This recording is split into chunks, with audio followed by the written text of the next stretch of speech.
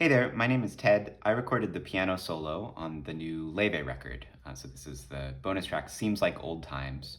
We recorded this back in February, but I thought it might be fun to play along with what I did on the recording session and then talk a little bit about what's going on. So here we go. Let's see if I can play along with myself. Seems like old times being here with you.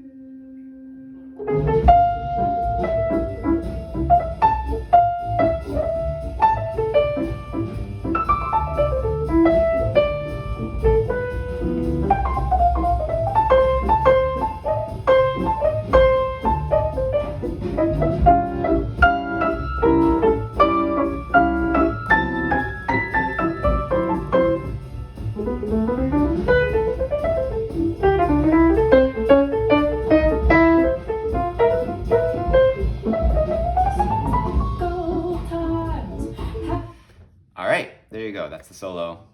I'll be honest, it was a little bit harder actually transcribing myself and playing along with the recording than it was improvising that solo on the recording session. But okay, so we're gonna talk about a few big ideas here that might be helpful if you are a music student learning to improvise jazz solos in this style. And first, I want to say, it's such a pleasure playing on Laufey albums. Her co-writer and producer is an old friend of mine named Stewart, and he and I grew up playing jazz together in high school. So this, for both of us, is kind of like a return to our musical roots to play in this style, but through this beautiful, really song-focused approach. And Laufey is just such an amazing artist. So it's an honor to play on her records. I've played piano on all of her full-length albums so far. The big ideas I want to talk about with this solo are first, starting from the song, then this kind of navigation between outlining the contour of the harmony within the solo versus smearing things out and just kind of playing like C major blues and following through an idea.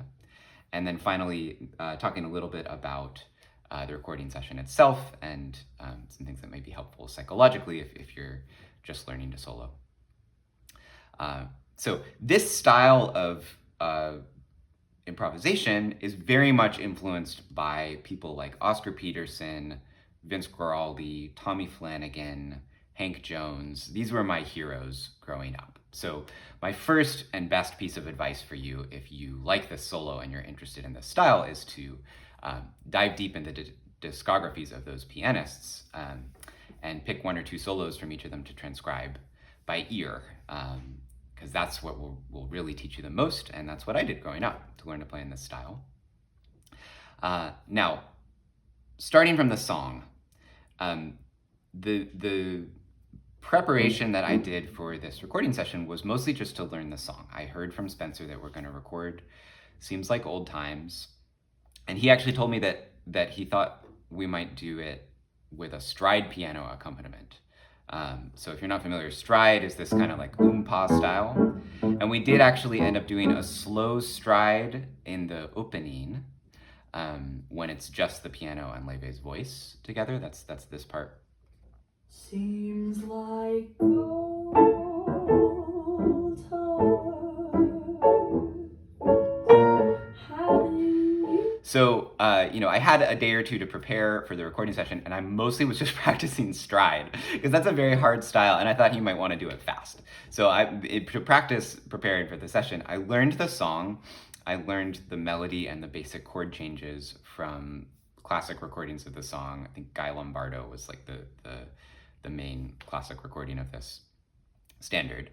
And then I was just practicing it in some different keys and trying to feel comfortable with like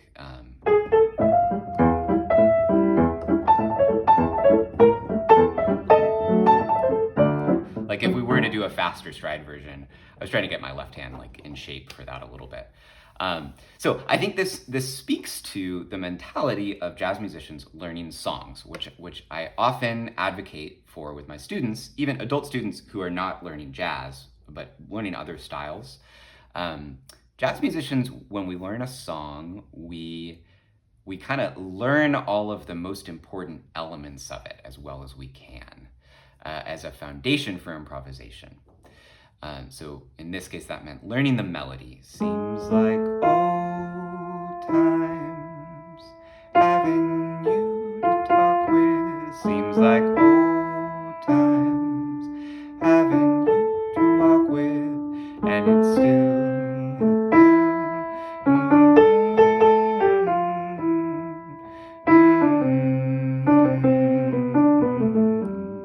So all of that, learning that by ear and really internalizing it. And then along with that, internalizing the bass movement and the harmony.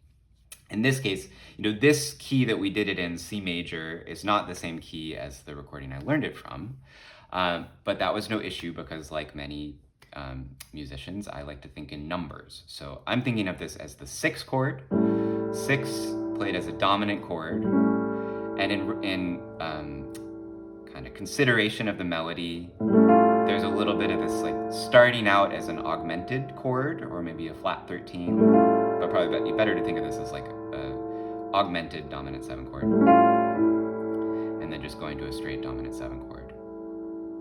So it stays there for 4 bars, then it goes to like a 2 dominant 9 chord.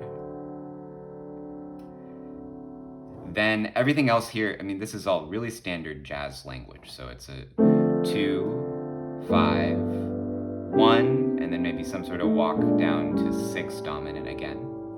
It hangs out on 2 dominant. Still the thrill that it was 2 minor. The day I found you, back to 5. And it more or less is the same for the second half of the form, with just a different place where cadence is at the end. Okay, so that was the main preparation that I did for the recording session. And that's one of the main things that jazz musicians do in general to kind of expand their musicianship, is just learning those basic elements of songs so that you can play them with other people. And the great benefit to learning things in that kind of elemental way, where like, okay, I just learned the melody by ear, thinking in numbers. I learned the chord functions in numbers. I know the form of the song.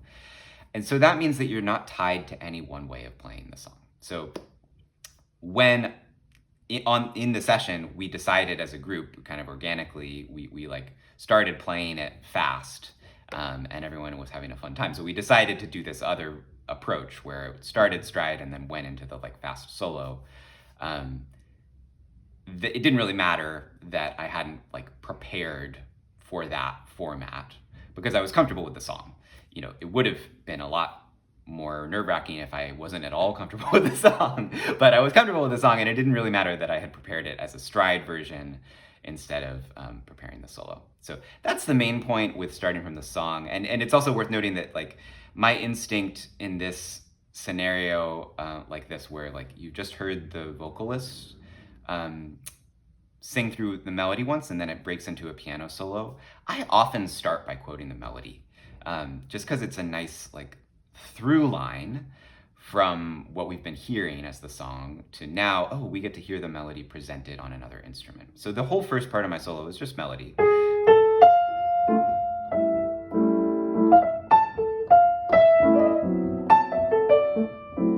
So all of that, even this, it's basically just embellishment on old times, what the melody would be in the vocal.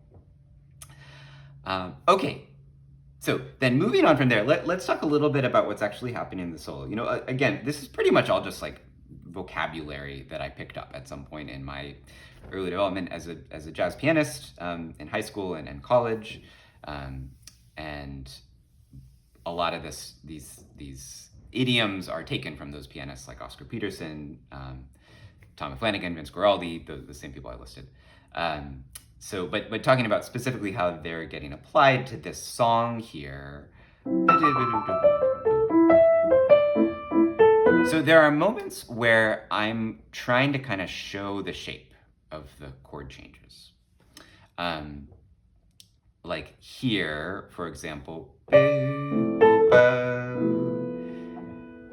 there I was really thinking about wanting to emphasize the leading tone of that 5 chord, because it feels like an important way to like push things forward in the harmony. But then what happens after that, by the way, here I'm really just thinking like an A minor shape, which is something that is a really nice way to generate material against a 2 dominant chord. You would take basically a 5th up or a 4th down from that dominant chord, play it as a minor chord, and then you can use that melodic minor for all sorts of stuff. So that comes up again later in the solo. So this is kind of an A minor shape. So that's more like a bebop musician's approach of like, let's show the guide tones, let's show the shape of the harmony to lead things forward. But then here, that's very like Oscar Peterson kind of style, where that's basically just C blues. And I wasn't trying to, right there, you know, I guess in theory it's against an A dominant 7. But there's nothing about that that necessarily says A7 to our ears, or 6 dominant to our ears. It's just like, this is all, you know, various flavors of the like C minor blues kind of palette and the C major blues palette, and specifically these kind of licks, basically. So that was the other thing that maybe was going through my head as I made my note choices for the solo, was that there were moments, I kind of feel like the structure of the song is that it's like you have these big open, it's a little bit like Sweet Georgia Brown, actually, which is another jazz standard. We have these moments where we're just hanging out on these dominant 7 chords, leading from one to the next. And then suddenly the harmony's moving a little quicker, and it's all very standard, like kind of circle of fifths, jazz standard harmony.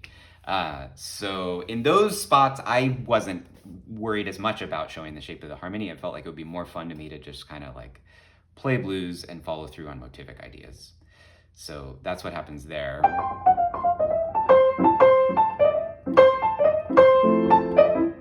And then here, I'm quoting the melody again. And it's a little bit of this hemiola, this 3 against 4 idea. So hemiola, in this case, it's a group of 3 against what is otherwise very like duple-based time. Everything's 2s and 4s in this kind of 4/4 time. So putting 3 against that creates this nice syncopation. And believe me, I was not thinking in my head hemiola when I put the idea. I was just hemiola. That 3 against 4 idea is something I practiced at some point, and then sometimes it comes out when you improvise. Okay, so this thing,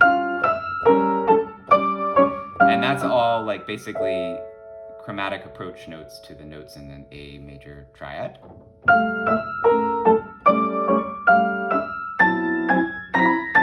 Here again, I'm kind of thinking about A melodic minor. For the D7. And then moving on from there, this is still a melodic minor against the D minor.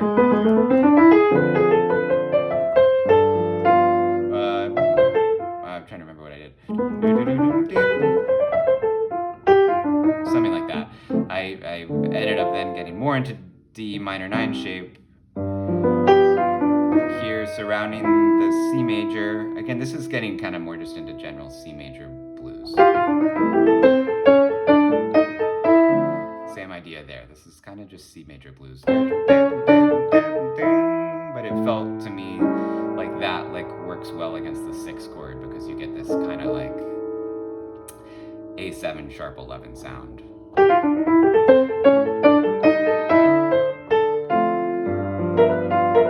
They're very much just showing shapes of these chords. And then I really like, I've been finding that lately this keeps coming out where when I want to play some sort of transition, I do these little like chromatic things. So that's what happened there at the end. But voice starts back up.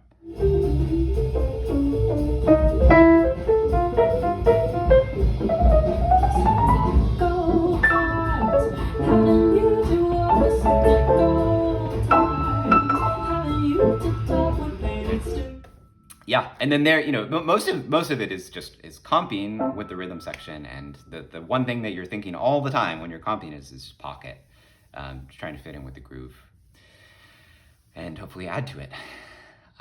Okay, so I think that's mostly what I wanted to talk about with the musical ideas in the solo. I'm intentionally not going to show sheet music or like graphics for the chord changes on this song because, as I said at the beginning, if you're a budding jazz improviser, as I once was as a teenager, it's really better to use your ear if you're trying to learn other people's solos. And I have to say, I really think you should start with an Oscar Peterson solo before you learn a Ted Case solo, because in this style of music, I'm just so influenced by him. But if you are wanting to learn the solo that I played, and there's anything here where just by looking at what you see on screen, you can't figure out what's happening, that's fine. I want you to use your ear. So that was the point I wanted to make. And then the last thing I want to say is that you should always keep in mind when you listen to a solo on a record that it was not the only take. And almost certainly it was the best take. And for me, for sure, this was my best take that we did on that recording session. And I'm pleased with how it came out. I think I mostly bring this up because of my own experience growing up and like listening to these great records and sometimes feeling discouraged because I felt like I'm never going to be able to improvise something like that. And it might just be helpful for you psychologically if you're newer to learning to improvise that, first of all, you will get a lot better. And the general standard of quality of how you sound when you improvise will go up. But also when you're hearing something on a recording, you're not hearing everything that ended up on the cutting room floor. And I've a little bit had this feeling on every Laufey record where it's like, I might not have been personally happy with anything other than the take we ended up picking. And that just may be my own, self-criticism and insecurity. But I think that's something that's probably good to share for those of you who are students and who are just starting to navigate the challenging world of improvisation. So with that, I hope this has been fun and helpful. I'm imagining maybe viewers who make it this far will either be dedicated jazz piano students or hardcore Laufey fans. And in either case, glad to have you here. I'm putting this on my educational piano YouTube channel, Piano Fluency. My name is Ted Case, but this is my channel, Piano Fluency. And you'll see this is different from the style of most videos on this channel. I have a lot of like music theory deep dives where we do have animated graphics, and you'll see my face. And so if you're a music student, you might find some of those videos helpful. And anyone is welcome. If you want to learn piano with me more closely, I have this membership at my Piano Fluency website where you can join. It's more affordable than regular private lessons, and you can come to the live group class once a week. There's a great community there, and I have an online course that's helpful. It's really aimed at adult students who are learning lots of different styles of popular music. So with that, thanks for joining me. My name is Ted with Piano Fluency.